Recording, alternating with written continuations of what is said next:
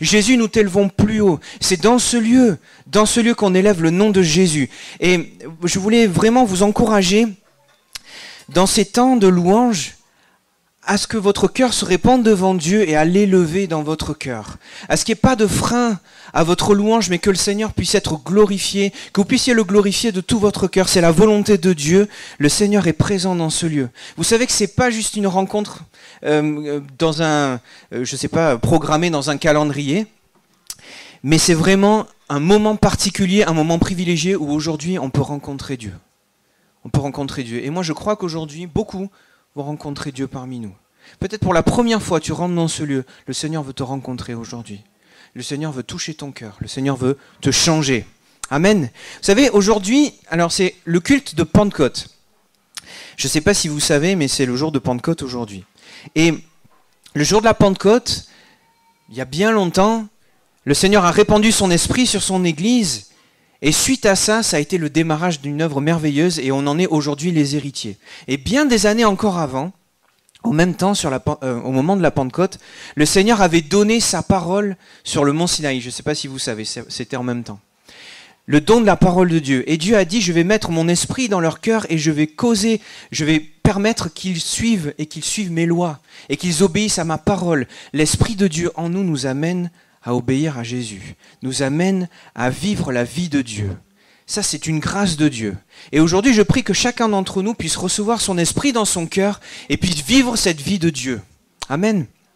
Amen. Alors aujourd'hui, j'ai une parole de Dieu pour nous. Une parole que le Seigneur a laissée sur mon cœur et qui m'a travaillé, qui personnellement, moi, m'a travaillé, m'a amené à aller plus loin avec le Seigneur. Cette parole, on la trouve dans l'évangile de Marc au chapitre 5, un texte que vous connaissez peut-être. Marc chapitre 5, et ce sera à partir du verset 24. Marc chapitre 5, verset 24. C'est un passage des évangiles. Jésus, auparavant, se trouvait de l'autre côté du grand lac. Et il se trouve en territoire païen, en territoire non juif. Et là-bas, il rencontre un homme qui est démoniaque, qui est lié de plusieurs démons, le démoniaque de Gadara, si vous connaissez l'histoire. Et Jésus va prendre autorité et va chasser tous ces démons. Et suite à ça, il retourne de l'autre côté. Et en retournant de l'autre côté, là, il y a une foule qui l'attend. Une foule qui attend Jésus, qui a entendu parler de lui, qui sait ce que Jésus est capable de faire et qui l'attend. Et au milieu de cette foule, il y a un homme, Jairus, dont la fille est très malade, elle est mourante, et il va voir Jésus, et il dit, viens avec moi, il faut que tu viennes, et tu vas guérir ma fille. Et alors que Jésus suit cet homme, eh bien on se trouve au verset 24.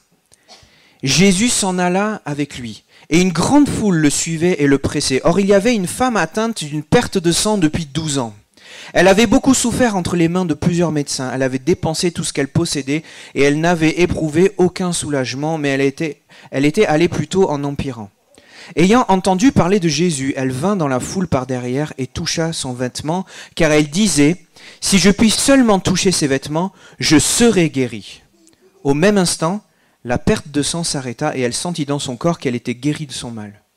Jésus connut aussitôt en lui-même qu'une force était sortie de lui, et se retournant au milieu de la foule, il dit, « Qui a touché mes vêtements ?» Ses disciples lui dirent, « Tu vois la foule qui te presse et tu dis, qui m'a touché ?» Et il regardait autour de lui pour voir celle qui avait fait cela.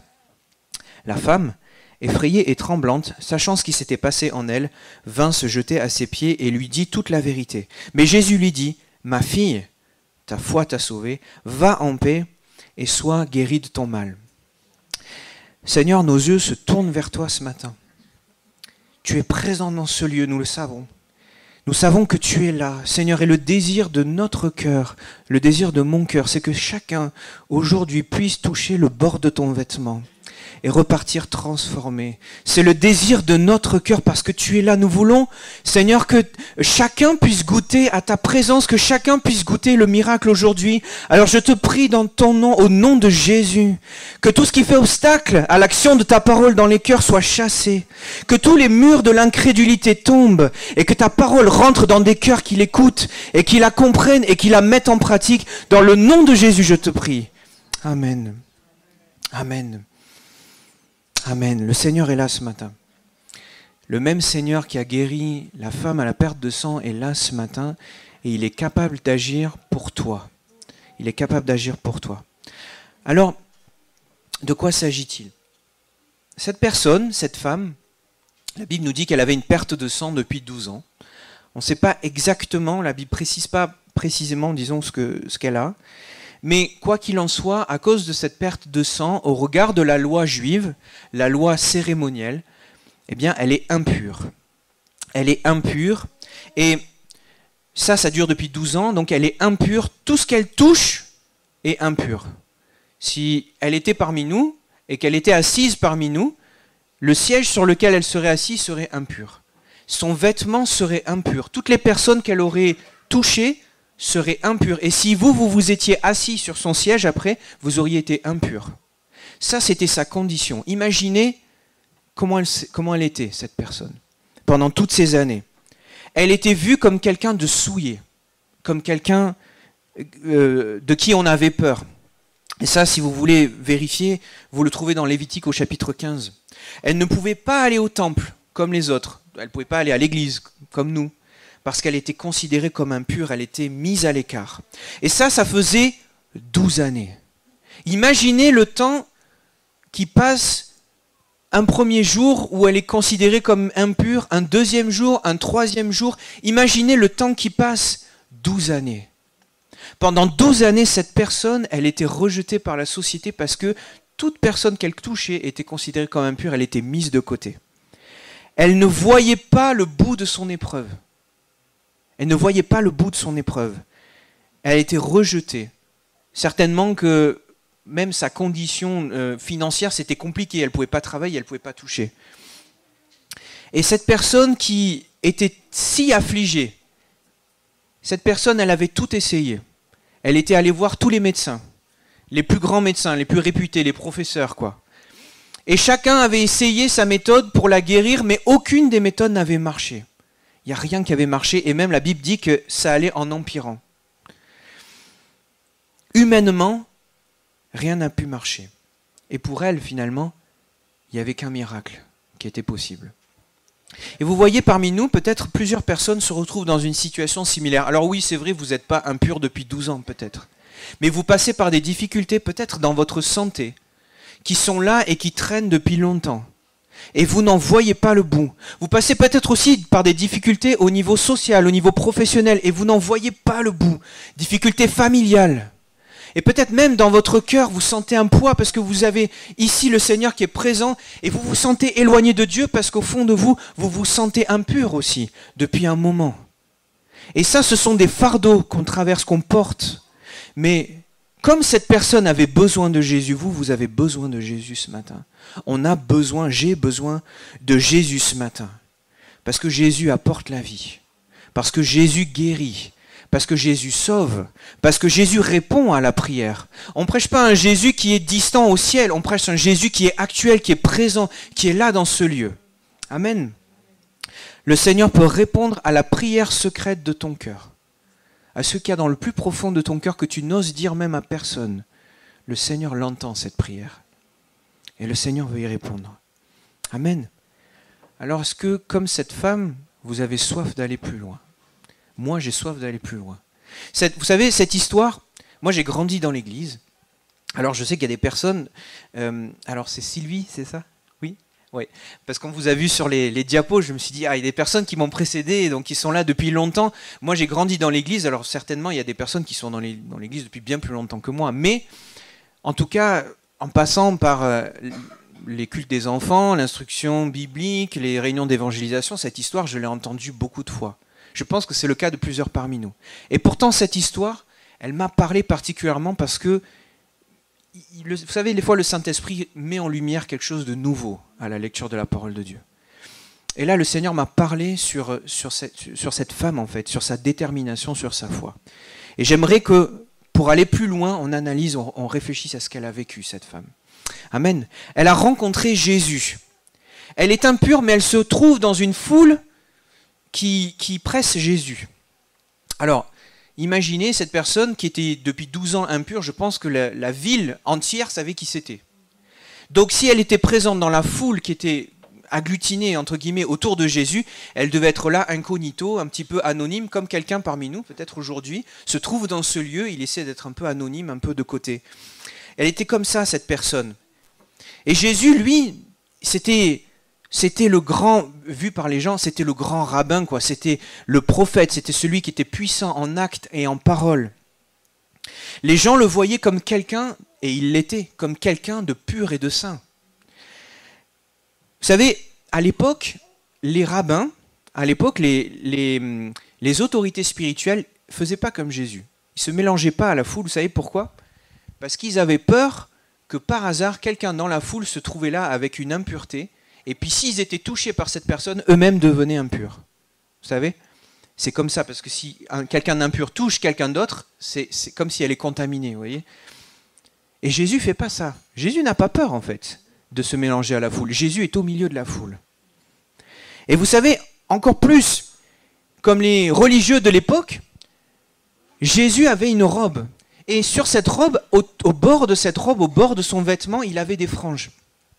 Ça, on le sait parce que dans Nombre chapitre 15, il est écrit que sur le bord des vêtements, il fallait mettre des franges, et ces franges, elles nous rappelaient les commandements de Dieu.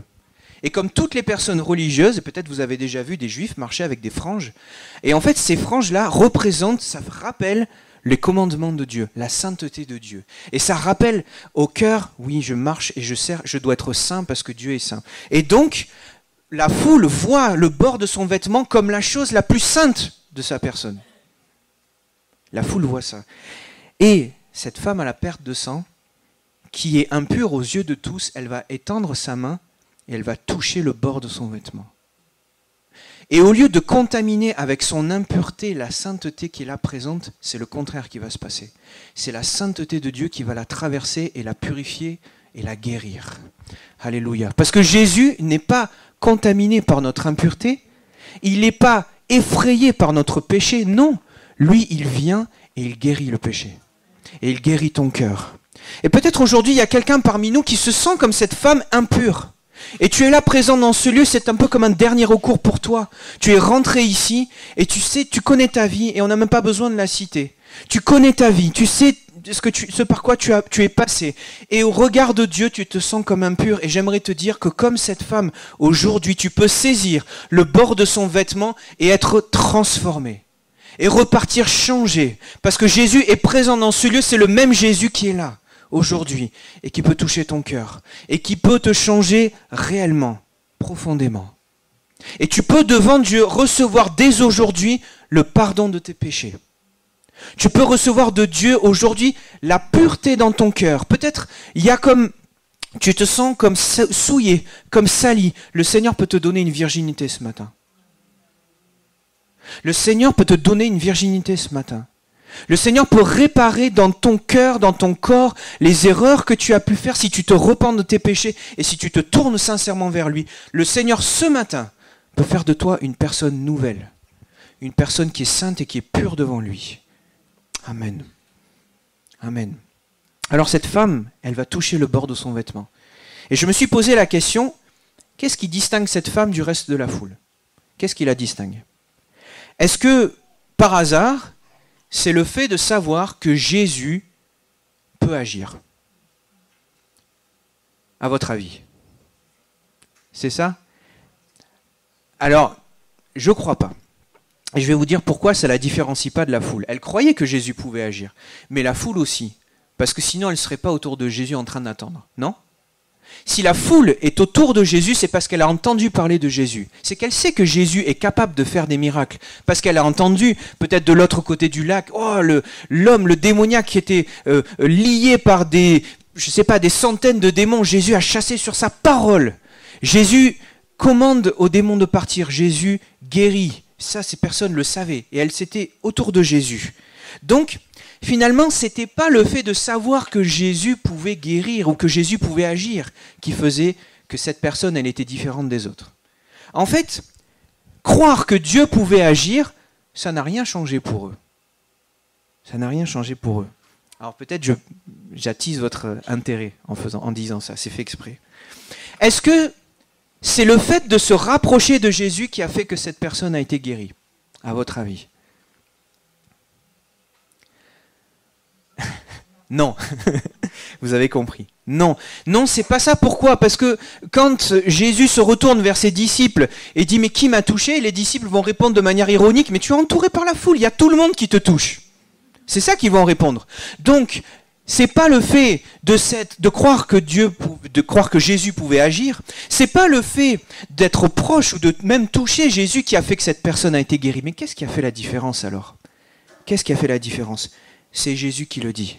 C'est sa foi. C'est sa foi qui a fait toute la différence.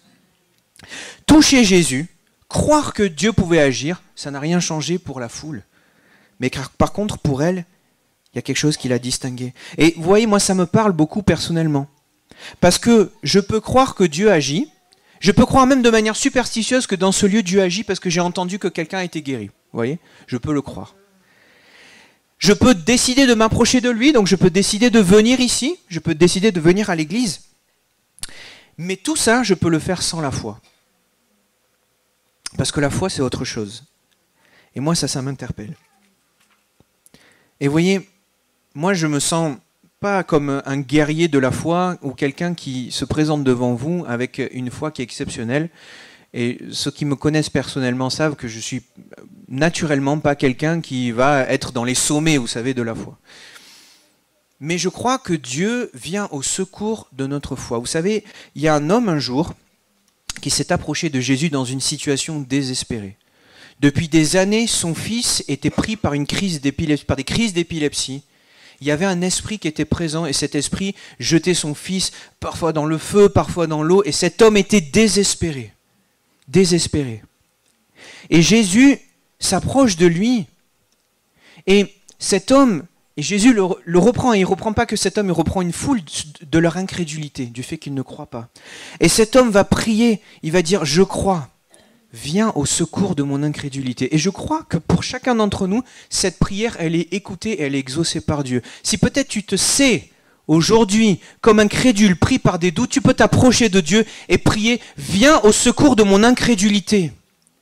Viens mettre la foi dans mon cœur. » Les apôtres ont fait cette même prière. Ils se sont tournés vers Jésus et ils ont dit « Augmente-nous la foi. » Et je crois que pour un chrétien, c'est une prière qui est dans la volonté de Dieu. Augmente-nous la foi. Est-ce qu'il y a des personnes qui se considèrent aujourd'hui comme ayant un niveau suffisant de foi? Allez, si vous sentez que vous avez un niveau suffisant de foi, vous pouvez lever la main. Et puis après, tout à l'heure, on parlera, comme ça vous pourrez me donner des... Voilà, vous pourrez me parler un peu, me conseiller. Non, je crois qu'en fait, tous, on a besoin de progresser dans notre foi parce que le Seigneur nous amène à lui faire davantage confiance, à rentrer dans cette confiance. Amen. Alors on fait cette prière, vous et moi. Seigneur, augmente-moi la foi. Augmente-moi la foi. Que tout ce qui vient là se mettre au milieu comme l'incrédulité soit chassé de mon cœur, que je puisse te faire confiance. Amen. Quelle était sa foi à cette femme? Eh bien, sa foi, elle était d'abord authentique. Et pourquoi je dis qu'elle était authentique? Parce que vous savez, cette personne, ce qu'elle s'est dit quand elle a touché le vêtement de Jésus, après avoir tout essayé, elle a dit « Si je puis seulement toucher ses vêtements, je serai guéri ». C'est le verset 28 de Marc chapitre 5. « Si je puis seulement toucher ses vêtements, je serai guéri ». Et vous savez, c'est très différent de dire « Je sais que Jésus peut me guérir ». C'est très différent. Elle dit « Si je touche son vêtement, Jésus va me guérir ». Croire que Dieu est tout-puissant, ça ne suffit pas.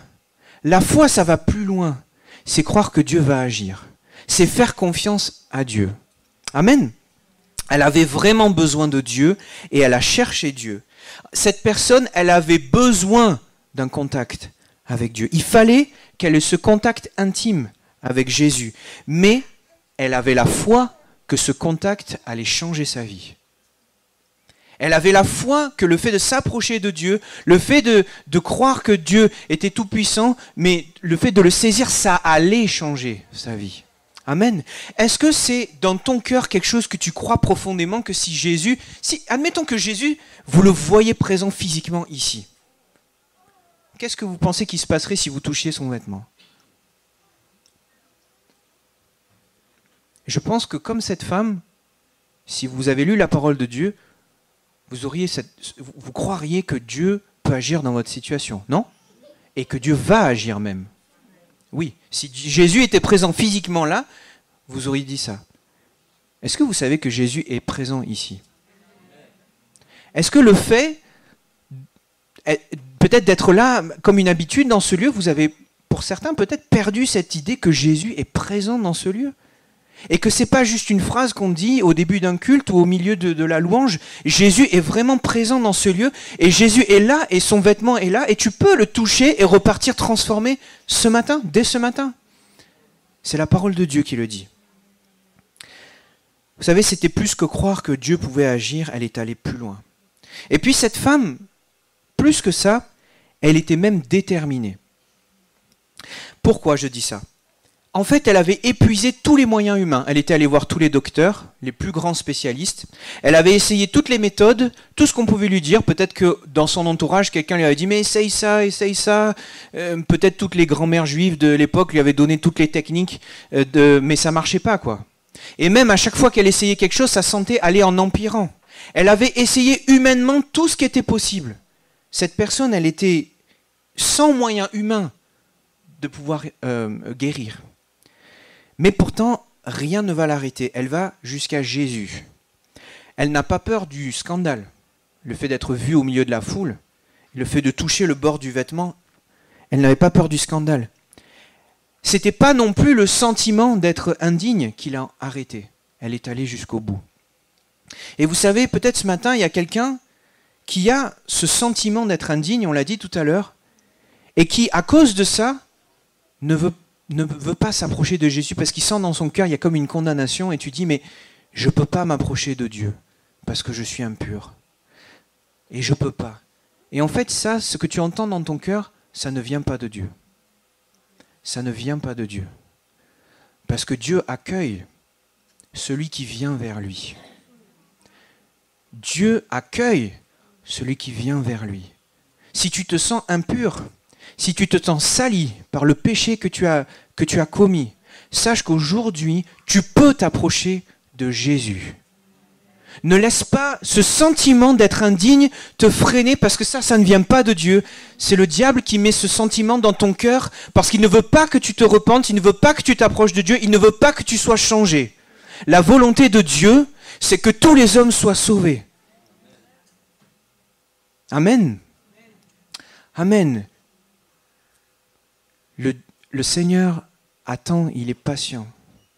Il est patient envers chacun d'entre nous. Il ne veut qu'aucun périsse, mais que tous parviennent à la repentance, parviennent à la connaissance de la vérité. Ça, c'est le désir de Dieu, que chacun d'entre nous reparte changé. C'est le désir de Dieu pour toi. Amen. Amen. Dans la foule, il y avait d'autres personnes qui étaient dans le besoin. Mais cette femme, elle nous donne une leçon de foi. Moi, elle me donne une leçon de foi personnellement.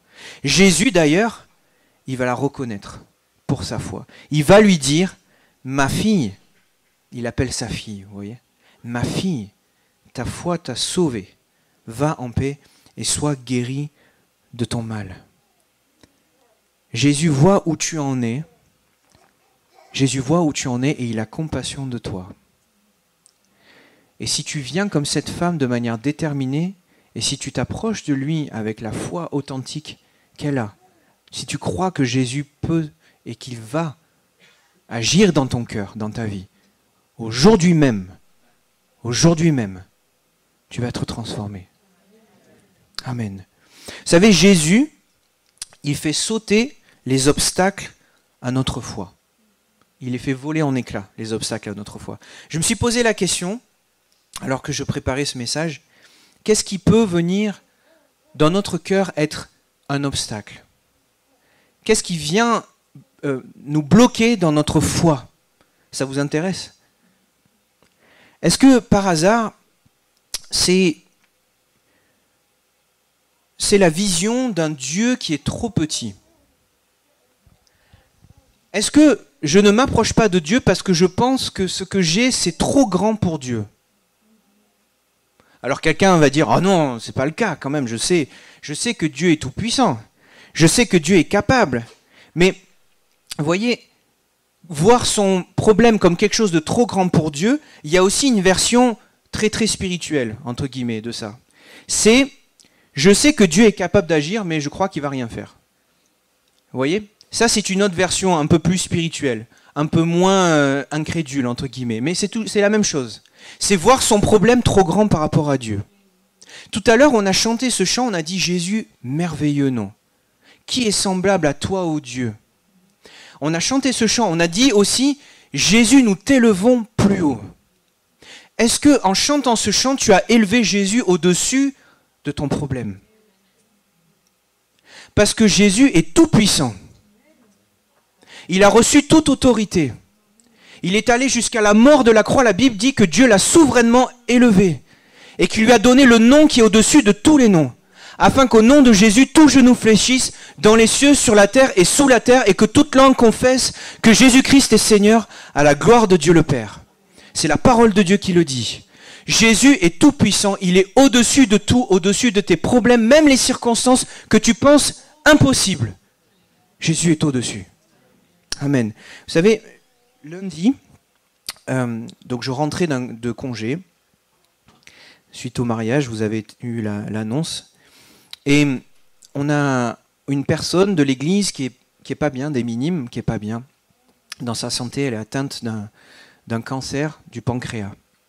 Et alors qu'on allait prier, j'étais avec le pasteur Daniel dans la voiture, et il me racontait une anecdote sur le fait de prier pour les malades. Cette personne, elle est âgée en fait, elle a un cancer mais elle est âgée. Et il m'a raconté une histoire comme ça pour me montrer que par moment, même en tant que pasteur, on manque de foi pour aller prier pour les personnes qui sont malades. Il me dit, tu sais, je me rappelle de cette personne, c'était une mamie, qui avait 90 ans et qui était atteinte d'un cancer. Et elle avait envie de vivre, mais elle avait ce cancer. Et les personnes qui étaient autour d'elle lui disaient « Ah non, mais t'as assez vécu. 90 ans quand même. C'est bon, t'as fait ton temps. Qu'est-ce que tu veux de plus? Il y en a plein qui voudraient vivre autant que toi. Et toi, tu as 90 ans. » Et vous savez, par des paroles comme ça, il l'a découragée. Et cette personne, elle était complètement découragée. Elle a appelé le pasteur pour prier pour elle avec l'onction d'huile. Donc le pasteur est allé. Et le pasteur est allé avec une conviction moyenne, on va dire ça comme ça, sans grande conviction qu'il y allait quelque chose qui allait se passer. Parce que, sachant la personne âgée, sachant le type de cancer assez foudroyant. Et en fait, il est allé prier, et vous savez ce qui s'est passé? Dieu a guéri.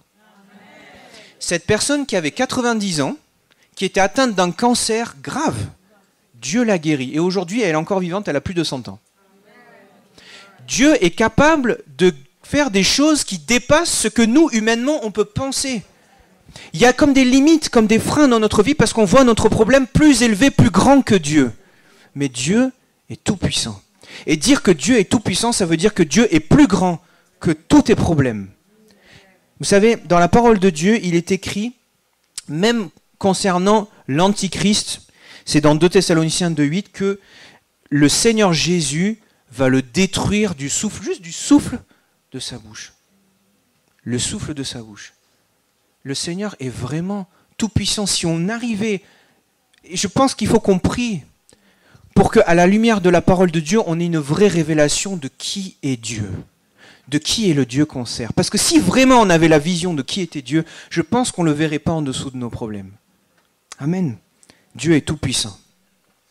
Dieu est tout puissant. Est-ce que par hasard aussi, tu as un frein dans ta foi parce que, eh bien, dans tes expériences passées, eh bien, tu as été déçu parce que tu as prié et que tu n'as pas reçu l'exaucement. Est-ce que c'est le cas de quelqu'un aujourd'hui? J'entends ce silence et il parle beaucoup, ce silence. J'ai prié tant de fois et je n'ai pas été exaucé. Alors j'y crois plus. Est-ce que c'est ça? Vous savez, cette personne, cette femme, pendant 12 ans, elle était atteinte de son mal. Et imaginez la condition. Pendant 12 années. Et pourtant, au bout de ces 12 ans, elle a quand même saisi le vêtement de Jésus. Le Seigneur est capable de faire des choses extraordinaires pour chacun d'entre nous. Moi, je vous donne un autre exemple, un exemple qui s'est passé quand j'étais au tout début de ma formation pastorale. Et il y avait cette personne dans une église donc à Marseille, d'où je viens. Cette personne, elle était atteinte d'un cancer du sein. Et ce cancer, il était à un stade quand même qui avait avancé. Et elle avait demandé la prière parce qu'elle était désespérée. Et vous savez, cette personne qui avait prié pendant longtemps pour la guérison et qui n'avait pas été exaucée, ce jour-là a été guérie. Moi, je ne sais pas pourquoi. Peut-être autrefois, vous n'avez pas été exaucé, mais ce que je sais, c'est que Dieu est capable de vous guérir maintenant. Comme cette femme qui a attendu 12 ans, peut-être, le Seigneur peut exaucer maintenant. Et si tu crois, et si tu fais comme cette femme, si seulement je peux saisir le bord de son vêtement, je serai guéri. Cette femme qui pendant 12 ans avait essuyé les échecs, elle a cru et elle a reçu. Je vous donne un deuxième exemple, un exemple plus personnel. Je me suis marié cette année, j'avais 37 ans quand j'ai 37 ans. Pendant 37 années, moi j'ai grandi dans l'église et je cherchais la volonté de Dieu. Et j'ai prié pendant de nombreuses années pour trouver quelqu'un. Et je peux vous dire que je suis passé par toutes les étapes du découragement. De un peu découragé à on ne peut pas être plus découragé. En fait, je croyais que Dieu était capable de répondre pour les autres et je ne pensais pas qu'il était capable de répondre pour moi. Je ne sais pas si ça arrive à certains. Oui, ça vous arrive aussi. Bon, ben alors ça veut dire qu'on est dans le même bateau. Mais si le Seigneur a pu agir pour moi, il peut agir pour vous aussi. Hein. Alors, pendant toutes ces années, je priais. Et puis un jour, c'était au tout début de ma formation pastorale, le Seigneur m'a parlé personnellement par un verset de la parole en disant que parce que j'avais fait ce pas de foi de rentrer dans le service de Dieu, lui allait pourvoir aussi pour ce côté de ma vie. Et ça, c'était en 2019. Et puis, je me suis marié en 2022. Il y a quand même quelques années qui se sont écoulées. Mais il y a eu la foi sur la parole de Dieu que Dieu allait pourvoir. Et moi, je crois que si la parole de Dieu est explicite, si la parole de Dieu ne va pas dire non, pourquoi est-ce qu'on va dire non, nous, dans notre tête? Si Dieu n'a pas dit non, je ne vais pas te guérir, pourquoi est-ce que tu crois que Dieu ne va pas te guérir? Si Dieu ne te dit pas non, je ne te donnerai pas du travail, pourquoi est-ce que tu penses que Dieu ne va pas te donner du travail ce matin? Dieu est capable. Et tant qu'il n'y a pas cette réponse de Dieu qui pourrait être négative, moi je veux prier. Je veux continuer à croire. Parce que Dieu est le même et Dieu est capable de le faire. Amen. Amen. Alors je crois en la parole de Dieu. Alors, encore un autre point. Est-ce que peut-être ce qui freine ma foi, c'est une mauvaise vision de qui je suis en Christ? Parfois, je pense à tort que, je ne suis pas accepté aux yeux de Dieu et ma prière, elle n'est pas entendue. Si je suis enfant de Dieu, pourtant, la Bible dit que je peux m'approcher de Dieu avec assurance. Elle dit que je peux m'approcher de Dieu avec une assurance qui n'est pas basée sur ce que je ressens, mais une assurance qui est basée sur le tout accompli de Jésus-Christ à la croix. Hébreux 4, 16. Approchons-nous donc avec assurance du trône de la grâce afin d'obtenir miséricorde et de trouver grâce pour être secourus dans nos besoins. Vous voyez ce verset, il ne dit pas « Approchons-nous donc » en pensant qu'éventuellement Dieu pourrait peut-être, en mettant plein d'astérisques et de clauses en bas de la feuille, nous donner peut-être éventuellement quelque chose, et puis peut-être qu'il va nous secourir. C'est pas ça qui est écrit. La parole de Dieu, elle est claire, elle dit, approchons-nous avec assurance du trône de la grâce pour obtenir, pas pour peut-être obtenir, pour obtenir miséricorde et trouver grâce, et pour être secourus dans nos besoins. C'est ce que dit la parole de Dieu. Alors moi je le crois. Amen. Je le crois. Je pense peut-être que mon problème, je ne sais pas, c'est comme l'écharpe dans la chair de l'apôtre Paul. Est-ce qu'il y a des personnes qui se sont dit ça, peut-être? Vous savez, l'apôtre Paul, il a vécu un miracle, il a eu une vision. Et la Bible dit que, suite à cette vision, pour qu'il ne soit pas enflé d'orgueil, il a reçu une épreuve, en fait, qu'il décrit comme une écharpe dans sa chair, pour l'empêcher de s'enorgueillir. Et il dit, 3 fois j'ai prié le Seigneur de m'en délivrer, et 3 fois il m'a dit, ma grâce te suffit, car ma puissance s'accomplit dans ta faiblesse. Et donc on a pris ce verset, et on l'a appliqué à chacune des situations de notre vie, en pensant que, parce qu'on avait un truc qui n'allait pas dans notre vie, c'est forcément que c'était l'écharpe dans la chair. Non? Mais est-ce que c'est ça, en fait, réellement? Non. Le Seigneur est capable d'agir pour toi aujourd'hui. Pourquoi est-ce que tu penses par défaut que Dieu ne va pas agir? Ça, c'est pas la parole de Dieu. Dieu a dit qu'on pouvait s'approcher du trône de la grâce avec assurance et qu'il allait répondre à chacun de nos besoins. Amen. Amen. Alors, est-ce qu'il y a des doutes dans mon esprit? Peut-être quelqu'un dit, je pense que Dieu ne va pas agir, mais est-ce que tu as vraiment cherché la volonté de Dieu pour l'affirmer? Est-ce que tu en es certain? Est-ce que Dieu l'a dit clairement? Parce que si Dieu ne l'a pas dit clairement, tu peux t'appuyer sur cette parole. Et je vais vous inviter à lire ce passage. C'est un psaume. C'est le psaume 103.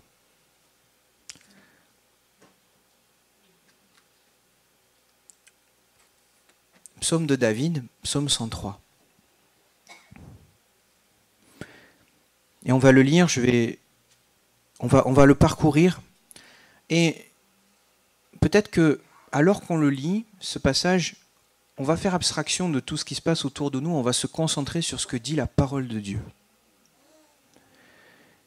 Et je prie pour que le Seigneur se serve de cette parole pour convaincre ton cœur et puisse briser dans ton cœur tout ce qui vient comme parasiter ta foi.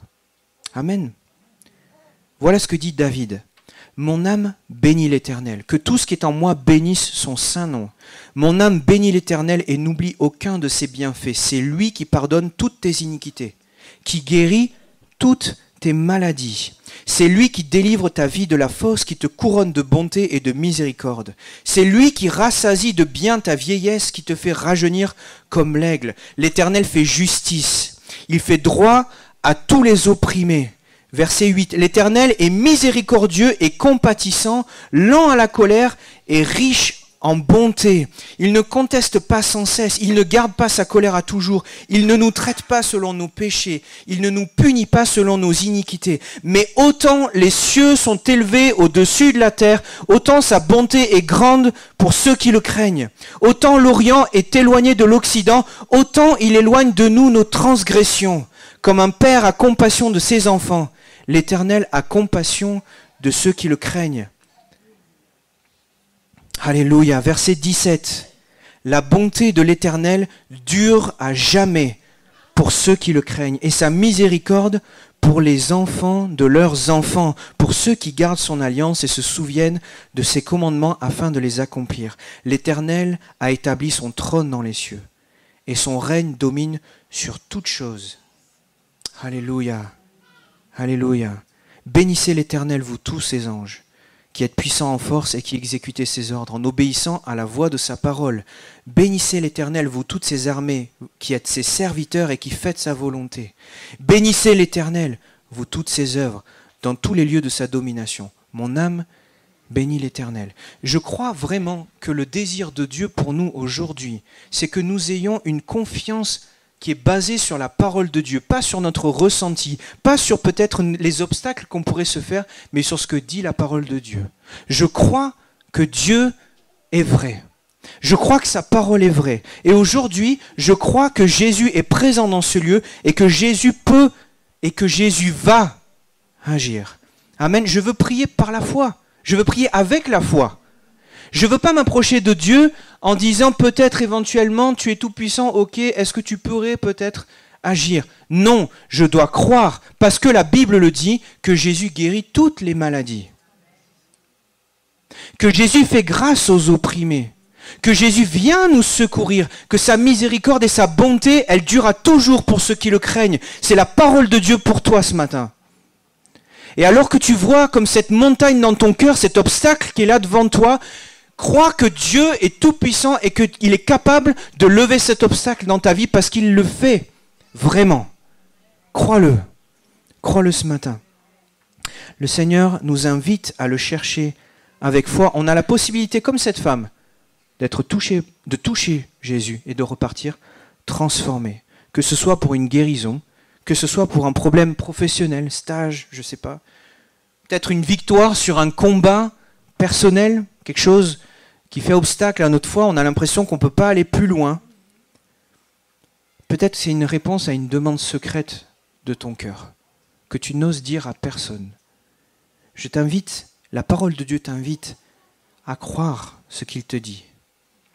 Peut-être pour quelqu'un, c'est pour le pardon de tes péchés. Que tu ne ressens pas dans ton cœur parce que tu sens toujours ce poids, cette accusation. Le Seigneur peut te donner aujourd'hui cette paix intérieure. Si tu le connais, si tu viens toucher, si tu t'approches de lui avec foi, le Seigneur aujourd'hui, même aujourd'hui, peut changer ta vie. Peut-être pour quelqu'un, c'est un renouveau spirituel. Il y a beaucoup de choses, beaucoup d'attentes dans nos cœurs, beaucoup de besoins. Et Jésus est là, et tu peux dès aujourd'hui recevoir ce pourquoi tu pries. Alors tu peux t'approcher de lui avec foi. Amen. Amen. On va fermer nos yeux. On va fermer nos yeux. On va passer un temps dans la prière. Vous savez, ce message vraiment dans mon cœur, j'avais ce poids dans mon cœur que nous sommes tellement limités par tous ces blocages dans notre foi. On est tellement pris par des fardeaux, on doute tellement. Et aujourd'hui, peut-être c'est le cri de quelqu'un, Seigneur, viens au secours de mon incrédulité. Seigneur, communique-moi la foi, je crois. Je crois aujourd'hui et je prends position. Je crois aujourd'hui que tu peux répondre et que tu vas répondre. Que tu es tout puissant. Je sais que tu vas agir. Je sais que tu vas agir. Jésus a tout accompli à la croix. Il a payé le prix. Il a porté tes maladies. Il a porté tes péchés. Il a tout acquis à la croix. La Bible dit même que si aujourd'hui tu es enfant de Dieu, rien ne peut te séparer de l'amour de Dieu qui est manifesté en Jésus-Christ. La Bible dit que si Dieu n'a pas épargné son propre Fils pour toi, à combien plus forte raison ne te donnera-t-il pas aussi toute chose avec lui? C'est la parole de Dieu. Il y a l'amour de Dieu. Il y a le caractère de Dieu et tu peux t'approcher de lui par la foi. Il y a une prise de position spirituelle aujourd'hui. Et alors qu'on a les yeux fermés, j'aimerais inviter, on passe un temps dans la prière, l'Église prie, j'aimerais inviter peut-être quelqu'un qui se sent avec ce poids du péché dans son cœur. Il y a le poids du péché dans ton cœur et tu sens que ça ne va pas. Et tu te sens comme séparé de Dieu.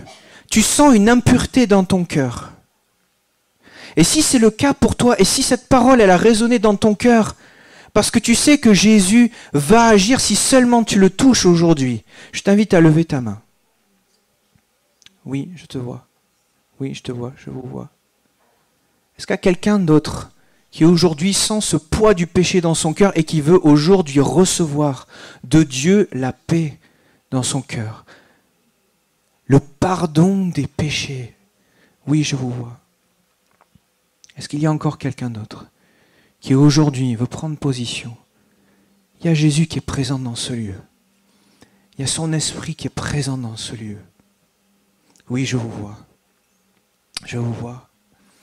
Seigneur Dieu, tu es miséricordieux. Tu es compatissant. Ton amour pour nous, tu l'as manifesté à la croix. Et nous le croyons aujourd'hui. Seigneur, que cet amour, tu le manifestes envers ces bien-aimés qui ont levé la main. Et Seigneur, que tu passes par ton esprit dans leur cœur maintenant. Et que tu leur apportes un plein pardon. Parce qu'à la croix, tu as porté leurs péchés. Tu es mort à la croix pour qu'ils puissent recevoir aujourd'hui même le pardon. Alors je te prie, Seigneur, que tu suscites la foi dans leur cœur maintenant pour qu'ils s'emparent de cette promesse de Dieu. Et qu'en s'approchant de toi, en se repentant de leurs péchés, ils reçoivent aujourd'hui une vie nouvelle, un nouveau démarrage, la pureté de leur cœur, dans le nom de Jésus. Amen. Amen. On garde nos yeux fermés. On garde nos yeux fermés. Il y a peut-être des besoins dans notre assemblée. On a quelques minutes avant la fin du culte et je voudrais profiter pour qu'on puisse prier pour ces besoins. Peut-être des besoins au niveau de la santé, au niveau professionnel. Des fardeaux qui sont lourds dans ton cœur et que tu portes. Des choses qui sont là. Peut-être même c'est pas toi, peut-être même c'est un proche. Et tu pries et tu es comme découragé dans ta foi. Eh bien le Seigneur t'invite à faire ce pas de foi, comme cette femme, à t'approcher. Il y a un pas de foi. Et si c'est le désir de ton cœur aujourd'hui, de recevoir de Dieu, de t'approcher, alors, pendant qu'on a nos yeux fermés, je vais inviter ceux qui ont besoin de Dieu pour une réponse à un problème qui est comme un poids lourd dans leur cœur. Je les invite à s'approcher sur le devant pour qu'on prie. Et l'Église va prier. Amen. Amen. Le Seigneur est présent dans ce lieu. Le Seigneur est présent. Oui. Et alors que ces personnes s'approchent sur le devant, j'invite l'Église à prier, à intercéder. Alléluia Jésus. On peut acclamer le Seigneur. Alléluia, nous te louons Seigneur Jésus. Nous te louons Seigneur Jésus. Merci pour la réponse à notre prière. Merci parce que tu réponds ce matin.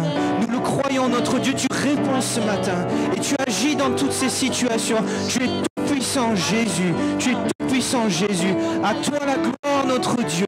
À toi la gloire pour tout ce que tu fais et pour tout ce que tu feras. Alléluia.